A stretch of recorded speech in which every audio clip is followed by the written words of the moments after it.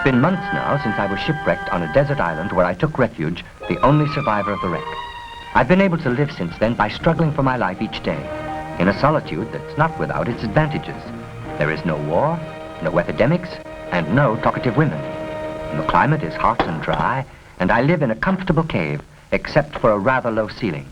But with a little work, that can be arranged.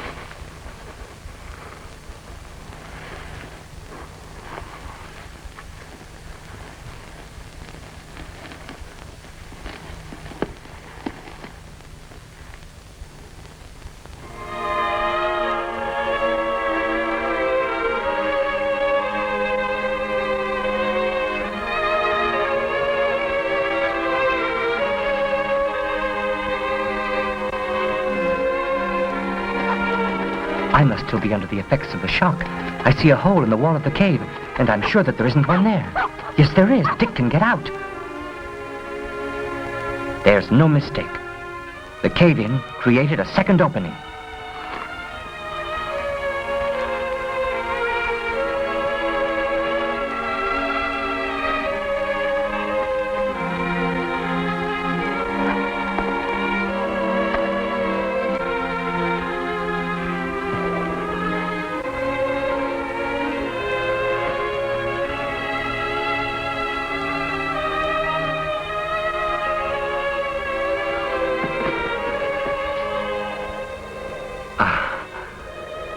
You've got to be buried alive before you can really appreciate fresh air and sunshine.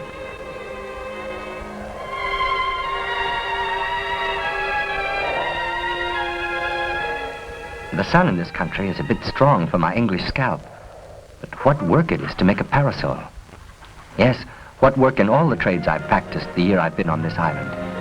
Carpenter, cabinet maker, trapper of goats, miner in order to open my cave. I can be proud of my success in hunting, fishing, cooking, sewing, and even in parasol making. Dick seems to particularly appreciate my parasol. He adopted it as his own right away. I'd better put a stop to that. He doesn't have an English scalp.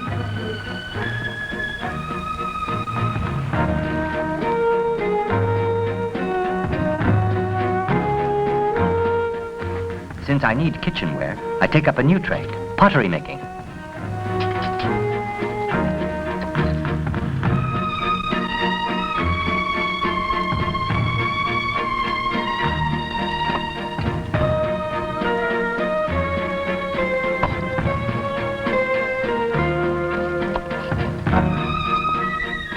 Up till now, it's going well. result isn't beautiful, but it seems strong. I must have made a mistake somewhere.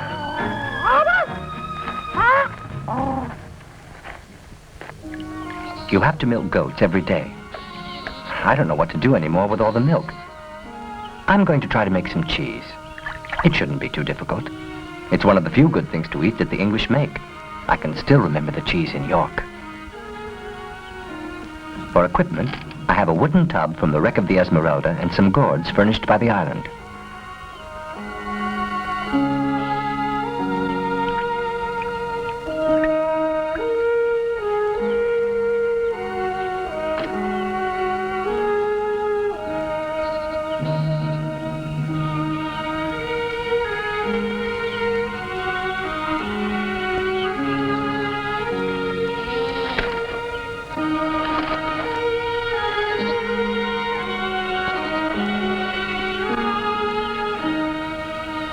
Doesn't seem bad at all.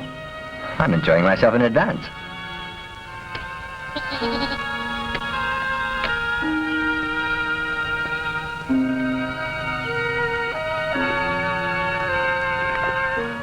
I was right to enjoy myself first. After, there may be disappointment. Perhaps a bit more salt.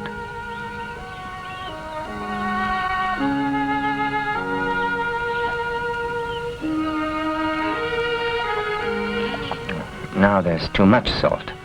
I'll have to take care not to have such a heavy hand. But maybe I'm being too difficult. Dick wouldn't be so fussy.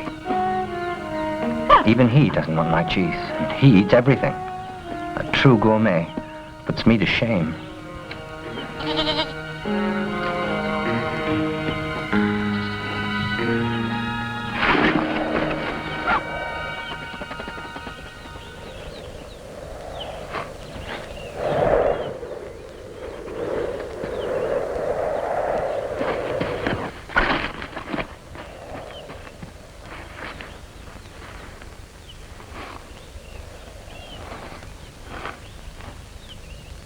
I don't dare believe this miracle.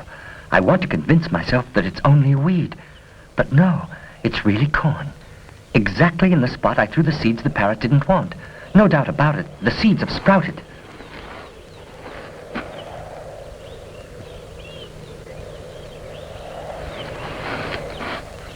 A few weeks, and here it is, fully grown.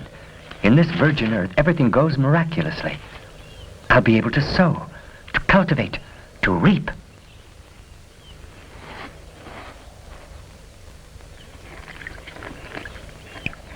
I need some baskets to gather this God-given grain and plant it again. Now I'm a basket weaver. I can see that on this island I'll become a jack of all trades.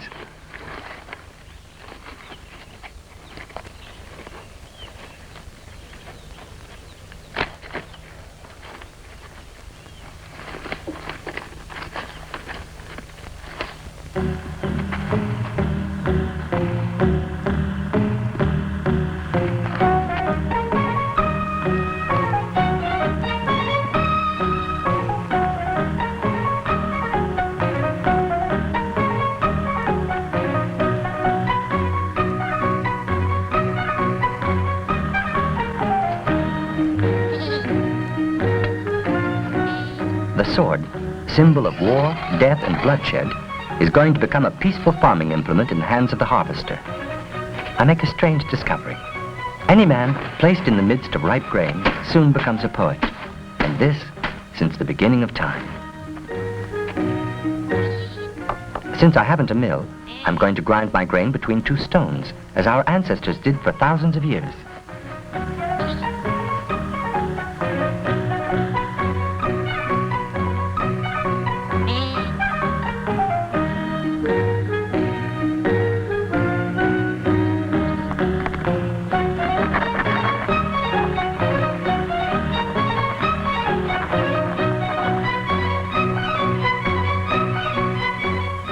The flour is beautiful. I make a superb dough out of it. The bread should be excellent, but the results of my culinary efforts up till now haven't been reassuring.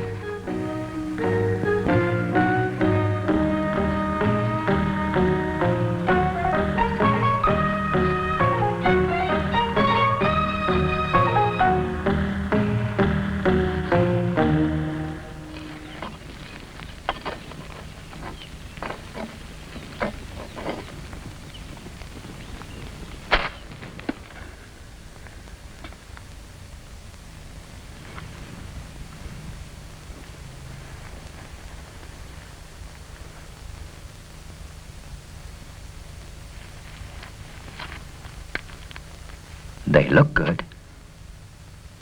And they smell wonderful. That's something. But let's be honest. Cornbread, particularly made without yeast, isn't a light dish. Just the same, I can't recall ever having eaten anything better. No one, since the beginning of the world, no one has ever been so unskilled at fishing as I.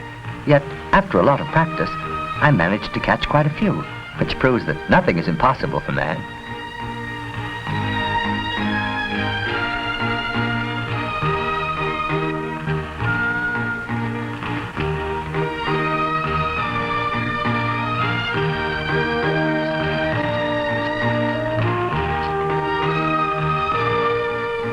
At last, I'm going to do something which I know already.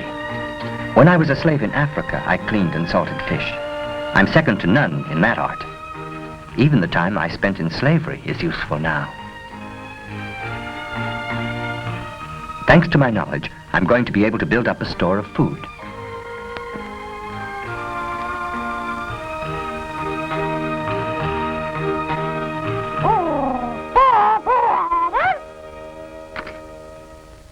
Every day, I perform 20 distinct tasks, but I must religiously respect the day of rest, Sunday.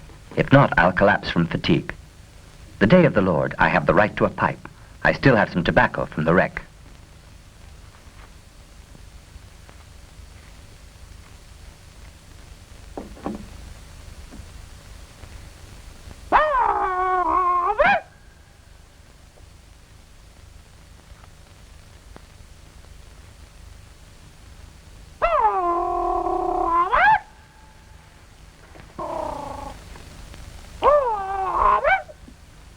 Sun.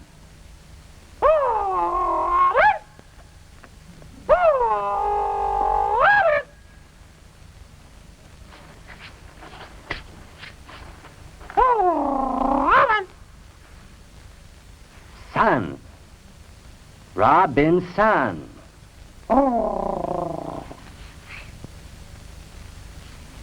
Poor, poor Robinson.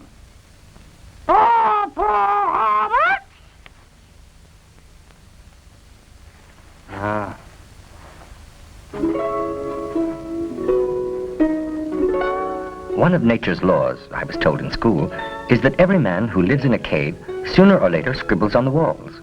It's an idiosyncrasy which seems to have lasted 50,000 years.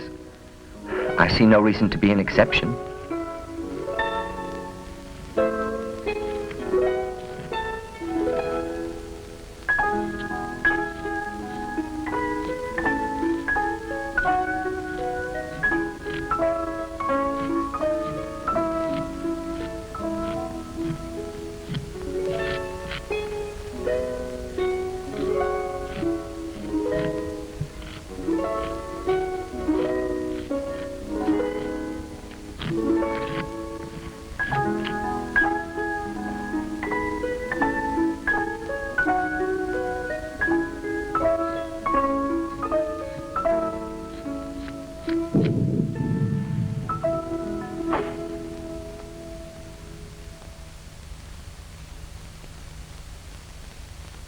I'm not dreaming. It really is a cannon. There's a ship off the island. Hurry, hurry, the fire.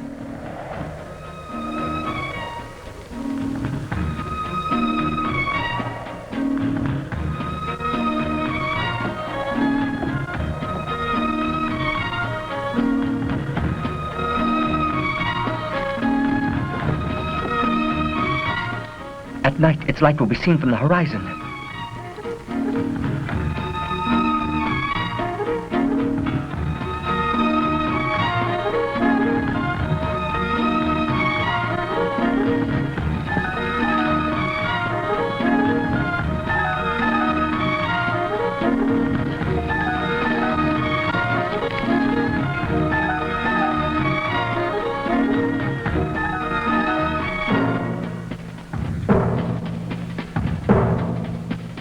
It's there.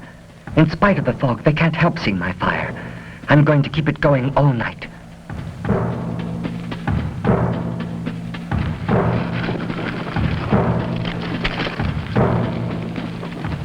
Undoubtedly, they won't dare land before daylight. Once the sun comes up, they'll come to see what's going on. If not, I'll swim out to them. I've been waiting for this moment for a year and a half.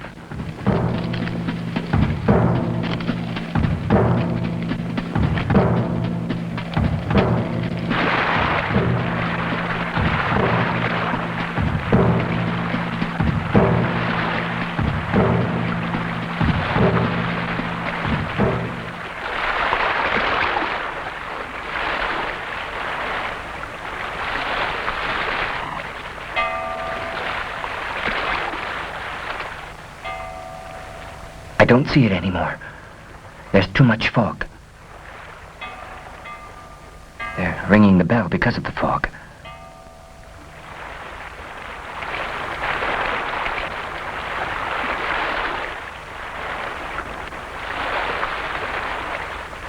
A terrifying idea.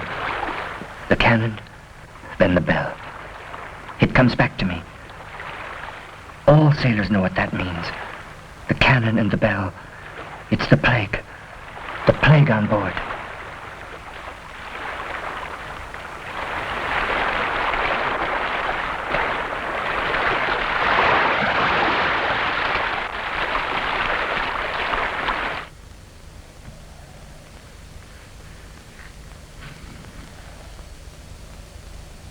The most terrible of all dilemmas. Must I die of solitude here on this island? Or of a horrible disease on the ship? Why leave my island, where, after all, I've survived? But on the other hand, how can I allow this ship that I've been waiting for so long to go away without me?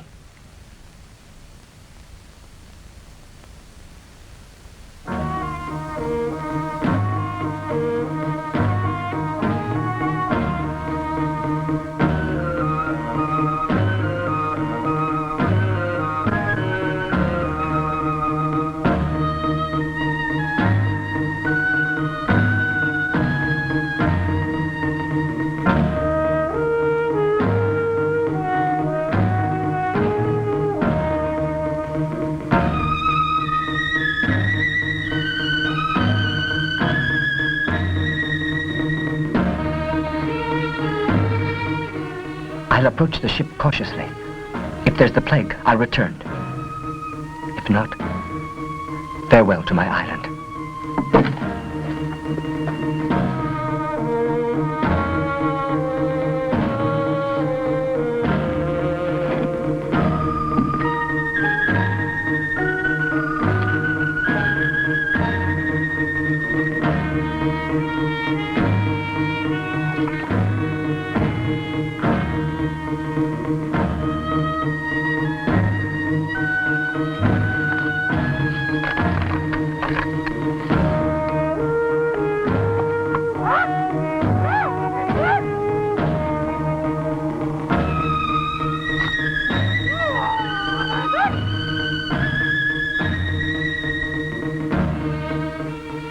All I can do for them is to give them back their freedom, so they'll be able to find their own food.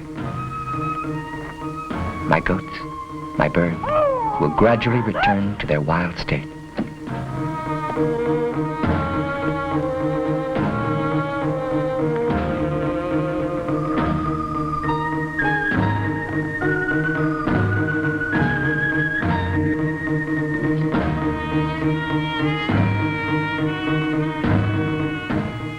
I can't take Dick.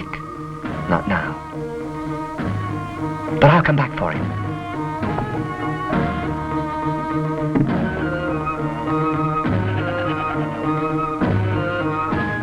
He understood.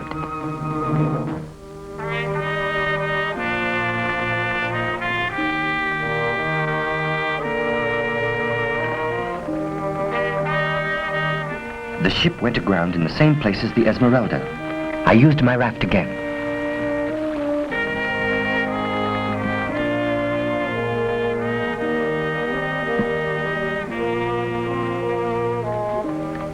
No sign of life.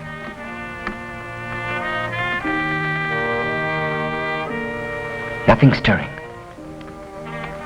It looks as if there's been an epidemic of the plague on board. Well, I've come this far.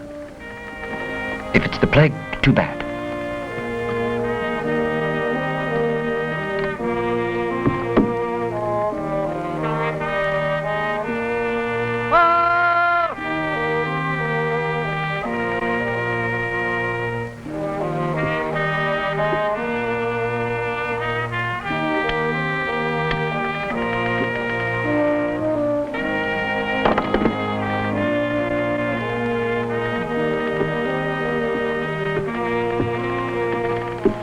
No, it's not the plague.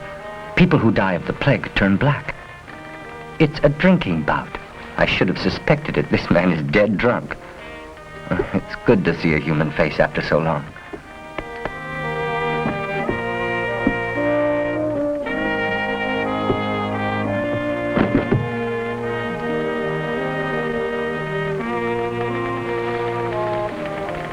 A pirate flag. They drank. They killed one another. If I'm afraid of an empty bottle now.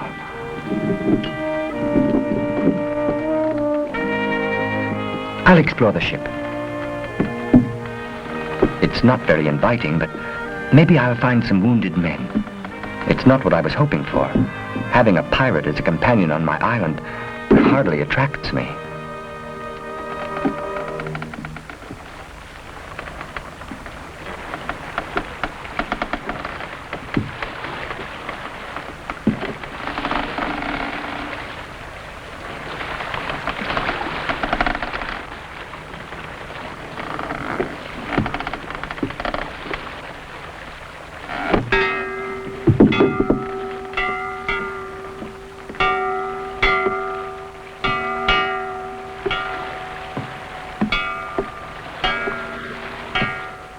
The rolling of the ship that makes the bell ring.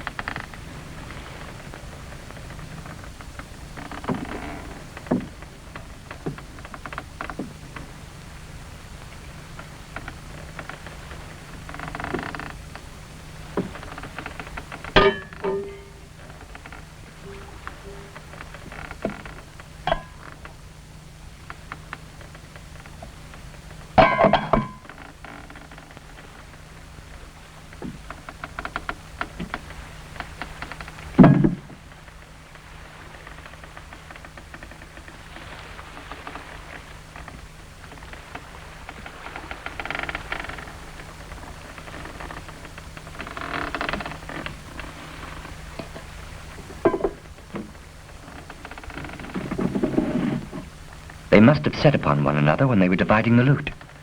What riches! The fruit of years of piracy. All for nothing. Now you're all dead.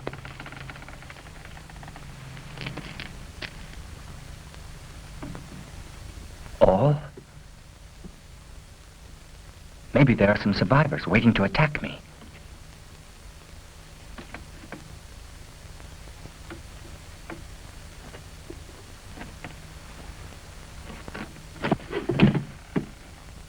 No, they're really all dead.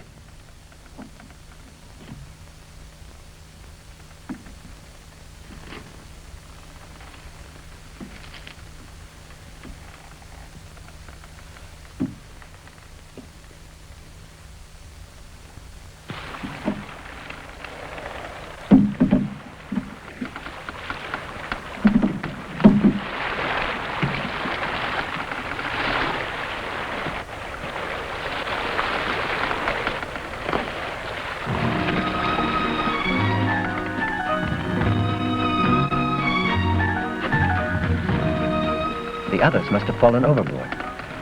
Let's not separate them.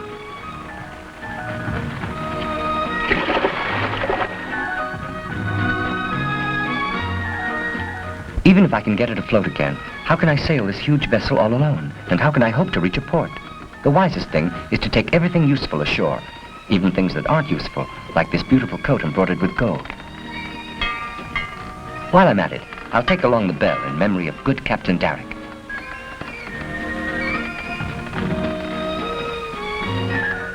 For stripping a ship down to the last nail, I already have the necessary experience and the equipment.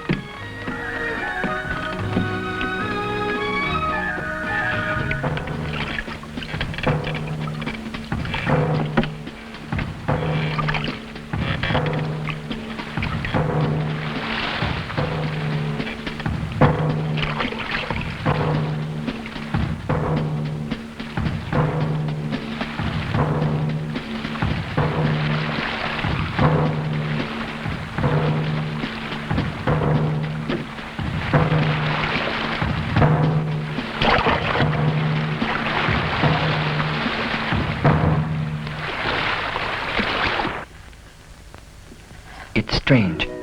After this disappointment, my loneliness weighs heavier than ever.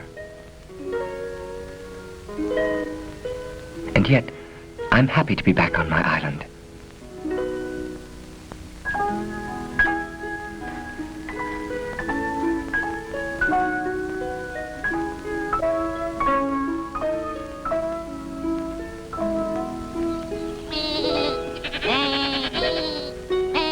The animals didn't want to take advantage of their freedom.